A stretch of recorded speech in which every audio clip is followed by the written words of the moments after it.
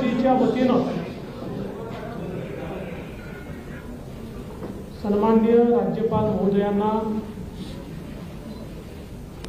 पत्र दिलेलं आहे आणि नियमानुसार राज्यामध्ये नवीन मंत्रिमंडळ स्थापन करण्याकरता आमचा दावा मी पेश केलेला आहे। माननीय राज्यपालांनी आमचा दावा त्या ठिकाणी घेतल्यानंतर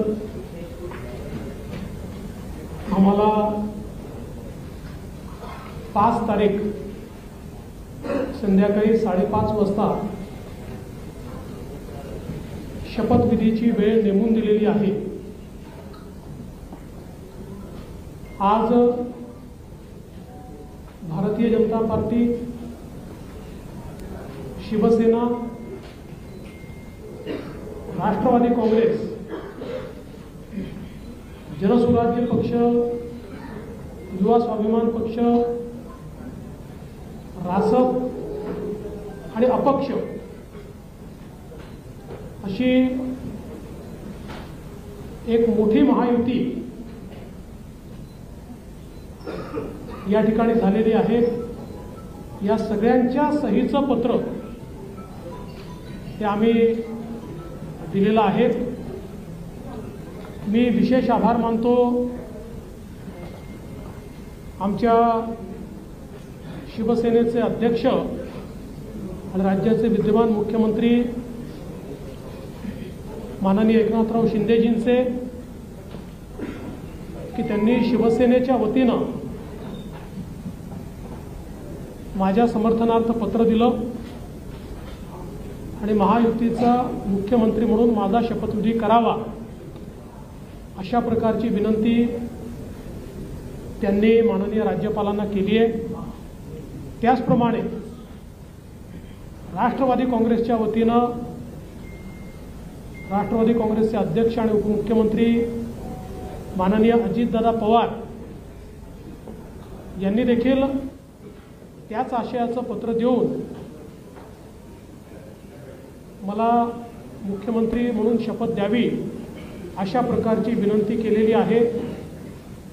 आमच्या मित्रपक्षांनी देखील तशाच प्रकारची विनंती केली आहे आणि या सगळ्यांच्या विनंतीचा मान ठेवून माननीय राज्यपाल महोदयांनी आम्हाला निमंत्रित केलेलं आहे। देशाचे प्रधानमंत्री माननीय मोदीजींच्या उपस्थितीत उद्या 5:30 वाजता हा सोहळा आझाद मैदान या ठिकाणी पार पाडला जाणार आहे। तिन्ही पक्षांचे नेते आम्ही त्या ठिकाणी उपस्थित असू।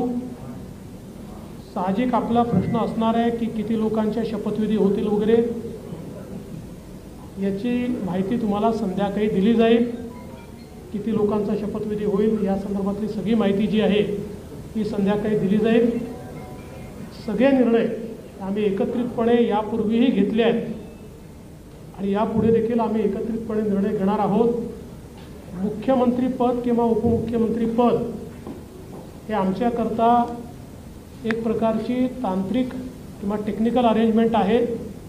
आम्ही तिघही एकत्रितपणे आजपर्यंत निर्णय घेत आलो आहोत आणि पुढेही राज्याच्या प्रगतीकरता एकत्रितपणेच निर्णय हे या महायुतीच्या सरकारमध्ये होतील आम्हाला विश्वास आहे। मी स्वतः काल माननीय मुख्यमंत्री एकनाथराव शिंदेजी यांना भेटून त्यांना विनंती केली की शिवसेनेच्या वतीनं त्यांनी मंत्रिमंडळात राहावं आणि मी त्यांना हे देखील सांगितलं की शिवसेनेच्या आमदारांची आणि महायुतीच्या सगळ्या आमदारांची देखील या ठिकाणी ही इच्छा आहे। त्यामुळे त्यांचाही आम्हाला सकारात्मक प्रतिसाद मिळेल हे मला या ठिकाणी पूर्ण मला खात्री आहे। त्यामुळे आम्ही तिघही, दादा असतील, शिंदेसाहेब असतील आणि मी असेल आणि अर्थातच आमचे पक्षाचे इतर जे नेते आहेत आणि मित्रपक्ष आहेत, एकत्रितपणे चांगलं सरकार हे महाराष्ट्राला देण्याचा प्रयत्न करू। विशेषतः आम्ही जी काही आश्वासनं दिलेली आहेत ती पूर्ण करण्याकरता सर्व प्रकारचे प्रयत्न करून ती आश्वासनं आम्ही पूर्ण करू हा विश्वास या निमित्ताने मी व्यक्त करतो।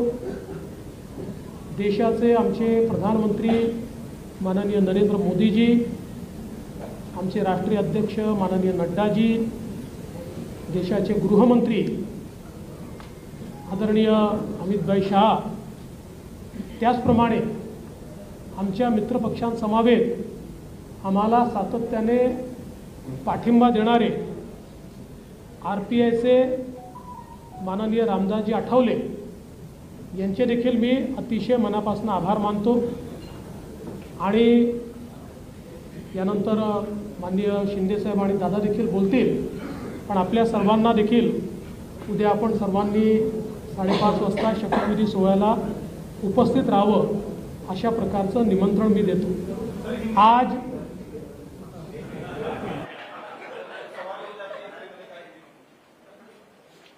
आज माननीय राज्यपाल जी से हमने भेंट ली है और माननीय राज्यपाल जी को भारतीय जनता पार्टी, शिवसेना, राष्ट्रवादी कांग्रेस, जनसुराज्य पार्टी, युवा स्वाभिमान पार्टी, रासप और इंडिपेंडेंट, ऐसे सभी के पत्र आज हमने सौंपे हैं। मैं आभार व्यक्त करना चाहता हूं आदरणीय मुख्यमंत्री एकनाथ शिंदे जी का। एकनाथराव शिंदे जी ने शिवसेना के अध्यक्ष के तौर पर और शिवसेना के लेजिस्लेचर पार्टी के प्रमुख के तौर पर महाराष्ट्र के मुख्यमंत्री पद के लिए मेरे नाम की सिफारिश का पत्र दिया है। साथ साथ राष्ट्रवादी कांग्रेस पार्टी के अध्यक्ष और लेजिस्लेचर पार्टी के नेता माननीय अजीत दादा पवार जी ने भी उसी प्रकार का पत्र दिया है।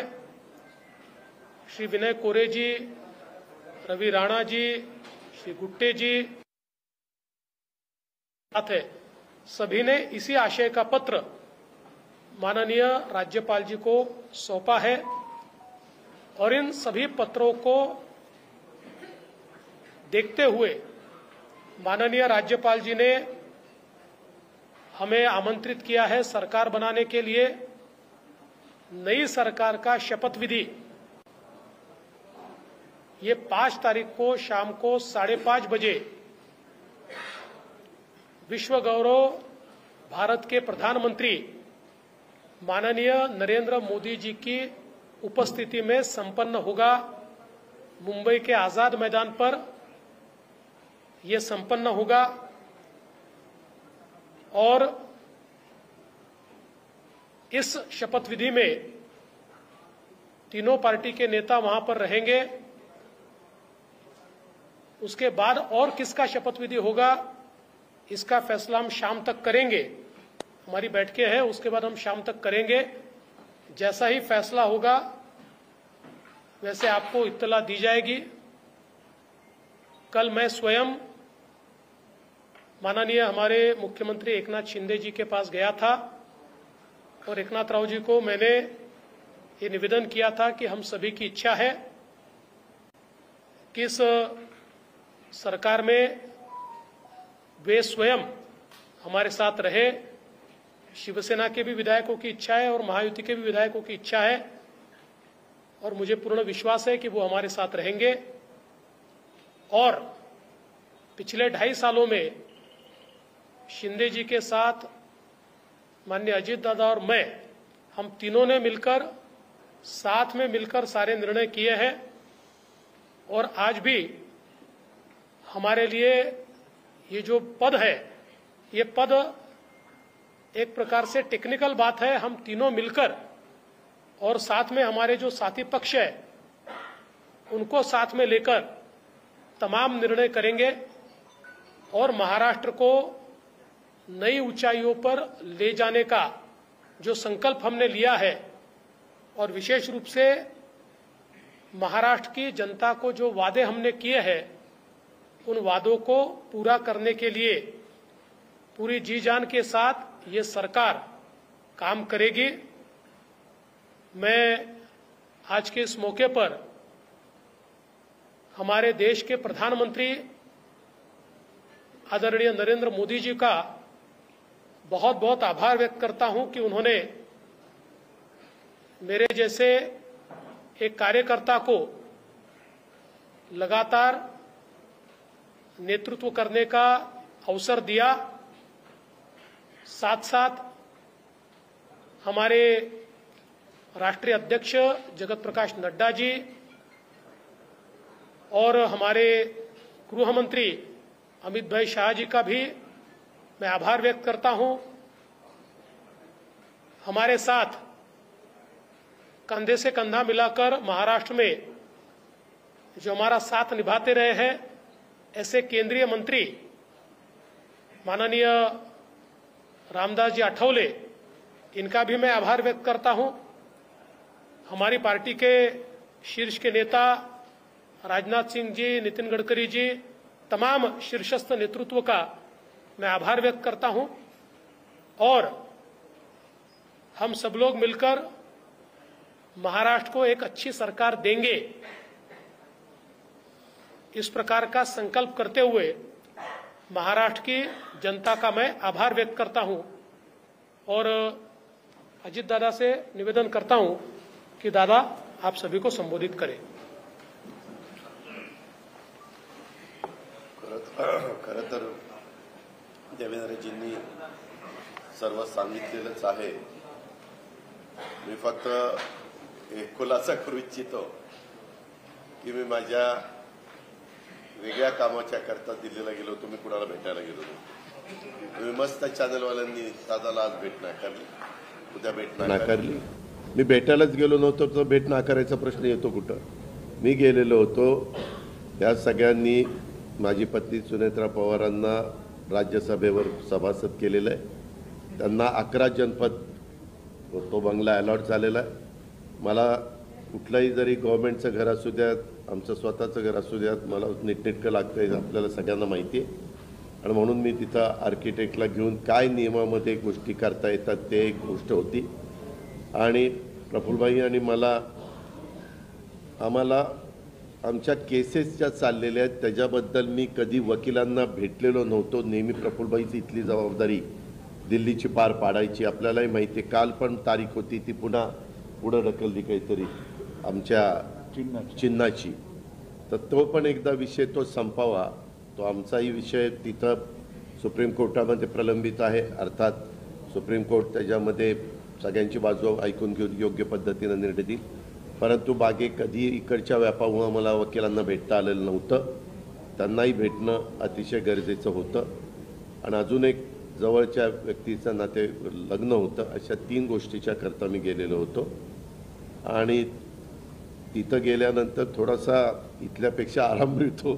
त्याच्यामुळं तिथं आपला निवांत आम्ही म्हणजे राज्यसभा चालू होती त्याच्यावर सुनेत्रा पण तिथं होती, हेही दोघं तिकडं होते लोकसभेत राज्यसभेत, आणि म्हणून मी गेलो होतो। त्याच्यामुळे ते पहिल्यांदा डोक्यातनं काढून टाका मी कुणाला अमितभाईंना किंवा कुणाला भेटायला गेलो होतो। कारण आमची आधी चर्चा एकनाथरावजी, देवेंद्रजी आणि आम्ही गेलो असताना त्यावेळी झालेली होती आणि तशा पद्धतीनं आता सगळी गोष्ट उद्याच्या शपथविधीच्या संदर्भामध्ये देवेंद्रजींनी सांगितलेली आहे। आम्ही सगळेजण मिळून महाराष्ट्राच्या सर्वांगीण विकासाच्या करता मनापासून प्रयत्न करू। आम्हाला अनुभव आहे, त्या अनुभवाचा फायदा राज्यातल्या सर्व समाजाला, सर्व जाती घटकाला कसा करून देता येईल। वेगवेगळ्या प्रकारचे गोष्टी घडत असतात, नैसर्गिक संकट येत असतात, त्याच्यातून आमचा शेतकरी अडचणीत येत असतो, परंतु त्याला पुन्हा त्याच्यातून कसं आधार देता येईल, बाहेर काढता येईल।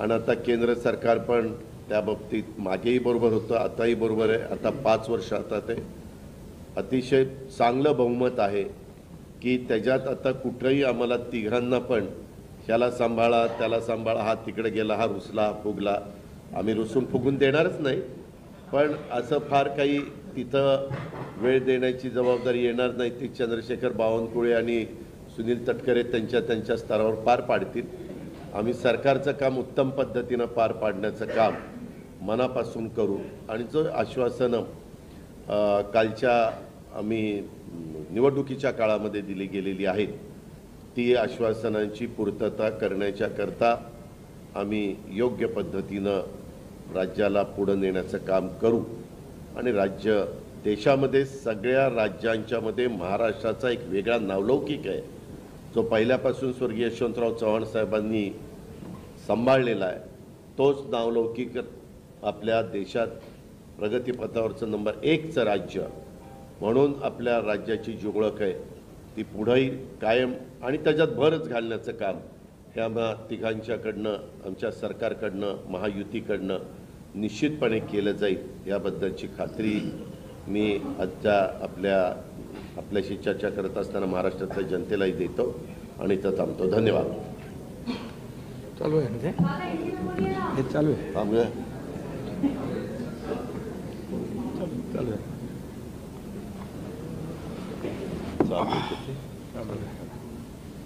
सर्व पत्रकार मित्रांचं स्वागत. आवाज येतोय का? हे घेऊ नाही येतोय. हा घेऊ का? हां ठीक आहे. दुसरा बरोबर.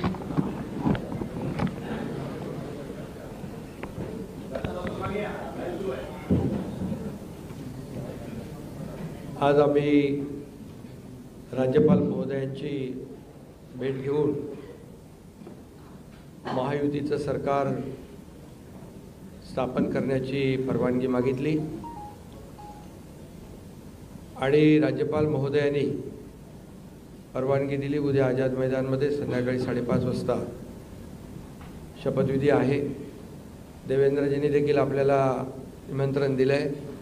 आम्ही देखील आपल्या सगळ्यांना निमंत्रित करतोय आणि मला आनंद आहे की 2.5 वर्षापूर्वी इथंच वाटतं ना तिथेच देवेंद्रजींनी मी मुख्यमंत्री व्हावं म्हणून माझ्या नावाची शिफारस केली होती आणि आज देवेंद्रजी मुख्यमंत्री व्हावेत अशी शिफारस आणि पाठिंब्याचं पत्र शिवसेनेच्या वतीने आज आम्ही दिलं आहे.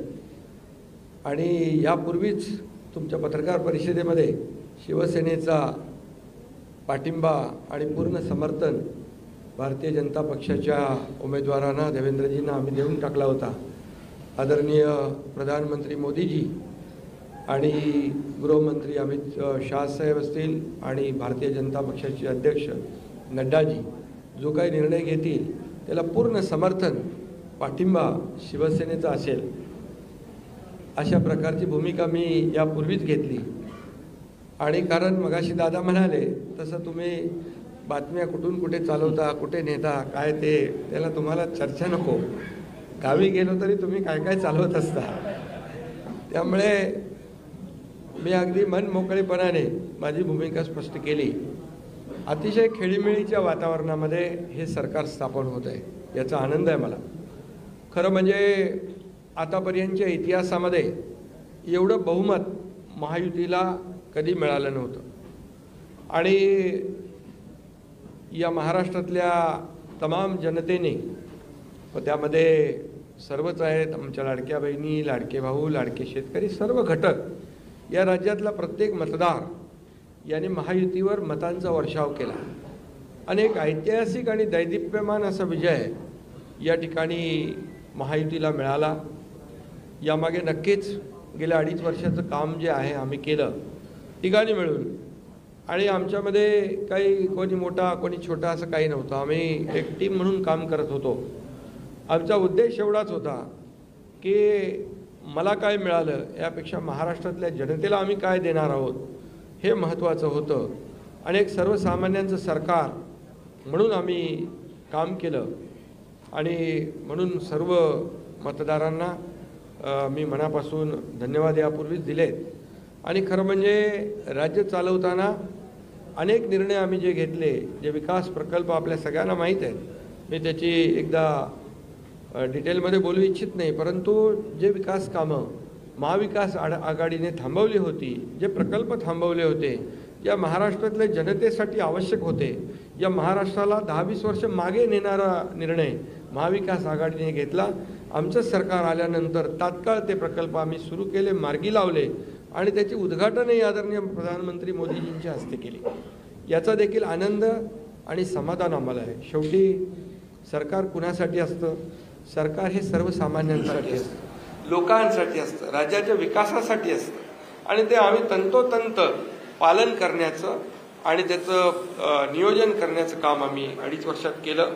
याचं खूप समाधान आम्हाला आहे. आणि एकीकडे विकास, दुसरीकडे कल्याणकारी योजना, या दोघांची आम्ही सांगड घातली आणि मग सरकारच्या माध्यमातून सर्वसामान्याच्या आयुष्यामध्ये एक काही ना काही एक आधार म्हणून, एक सहकार्य म्हणून, एक सरकारची जबाबदारी म्हणून पार पाडली पाहिजे. ती पार पाडण्याचा प्रयत्न आम्ही आटोकाट केला आणि त्यामध्ये आदरणीय प्रधानमंत्री मोदीजी, गृहमंत्री अमित शाह साहेब असतील, नड्डाजी असतील, केंद्रीय मंत्री असतील, त्यांनी आम्हाला वेळोवेळी प्रत्येक वेळेस आमच्या प्रस्तावांना मान्यता दिली आणि या राज्याला पुढे नेण्यासाठी एक आपण जसं म्हणतो डबल इंजिनचं सरकार या ठिकाणी आम्ही 2.5 वर्ष चालवलं आणि त्याचा फायदा या राज्यातल्या जनतेला झाला आणि या जनतेने देखील कामावर विश्वास ठेवून आमच्या कामाची पोचपावती या निवडणुकीमध्ये भरभरून दिली.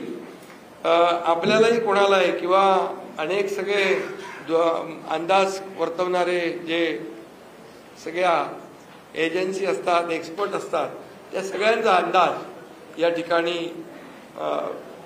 बाद ठरवला आणि त्यामध्ये मतदारांना धन्यवाद द्यावे तेवढे थोडे आहेत. म्हणून मी पुन्हा एकदा सांगेन, माझ्या लाडक्या बहिणी असतील, लाडके भाऊ, लाडके शेतकरी, लाडके ज्येष्ठ, सगळेच या महाराष्ट्रातले सर्व घटक यांनी पूर्णपणे ऐतिहासिक विजय मिळवून दिला. त्यामुळे आता आमची जबाबदारी आणखी वाढली आहे. आता आम्ही टीम म्हणून देवेंद्रजींना आता पूर्वी देखील 5 वर्षाचा अनुभव आहे, त्यांचा अनुभव आम्हाला 2.5 वर्षासाठी देखील कामी आला. आता पुन्हा मुख्यमंत्री म्हणून त्यांचं नाव शिफारस करण्याची संधी मला मिळाली, त्याचाही आनंद मला आहे. आणि म्हणून आमचं अगदी टीमवर्क जसं 2.5 वर्ष झालं आणि राज्यातल्या जनतेला या ठिकाणी आम्ही सहकार्य करू शकलो. आतापर्यंतच्या इतिहासामध्ये आपण जरी थोडं चाळून बघितलं तरी सुद्धा एवढ्या कल्याणकारी योजना कधी झाल्या नव्हत्या. आणि कल्याणकारी योजना फक्त आम्ही निर्णय घेतले नाही तर त्याची अंमलबजावणी केली, त्याचा लोकांना बेनिफिट झाला, लोकांना त्याचा फायदा झाला. शेवटी कल्याणकारी सरकार, सर्वसामान्यांचं सरकार हे लोकांच्या कल्याणासाठी असतं. ते खऱ्या अर्थाने आम्ही राबवलं याचा आनंद आणि समाधान आहे.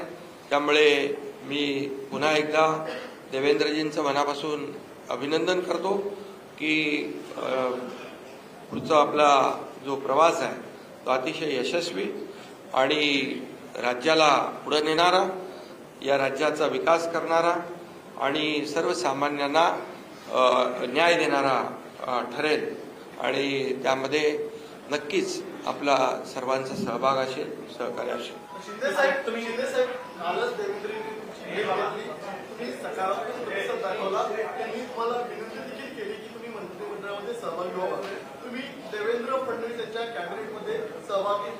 अरे बाबा, ते सांगितलं ना संध्याकाळी, आम्ही सांगतो तुम्हाला, संध्याकाळी सांगतो. मला ते एकदमच पाहिजे थोडं थांबा.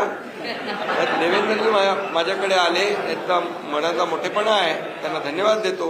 आमच्या सर्व महायुतीच्या आमदारांचा देखील जो काही आग्रह आहे सगळ्यांना मी धन्यवाद देतो, सगळ्यांचा आदर करतो. त्यामुळे तुम्हाला सांगू नको.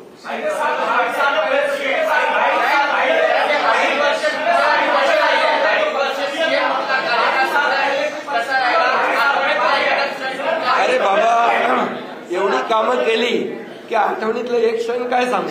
एवढे निर्णय आम्ही घेतले की ते सर्व निर्णय ऐतिहासिक होते.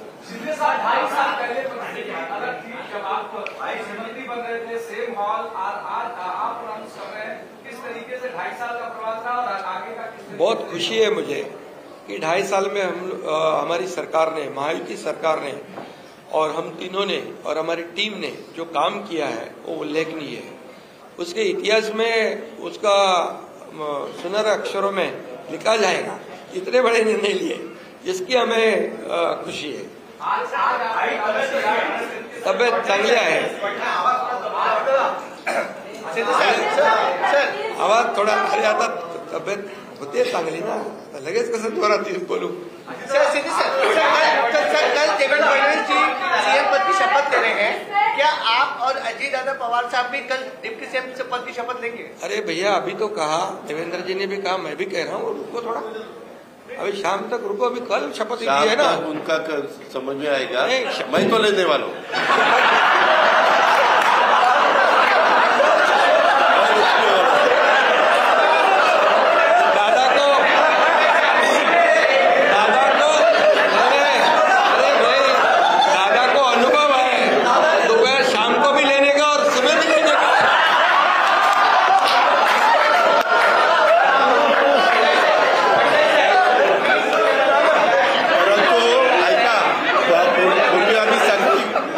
दोघांनी घेतली होती, तो हे राहून गेलेलो होता, आता पुढं 5 वर्ष आता ठेवणार आहे.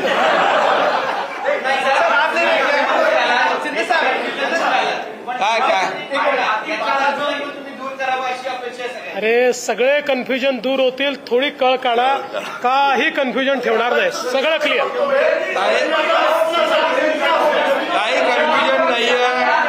ए बाबा, काही कन्फ्युजन नाही. सगळ्यांना उद्या तुम्ही 5:30 वाजता नाही, 5 वाजता हजर व्हा आणि परत दादांच्या बद्दल किंवा आमच्याबद्दल काय तुम्ही चला.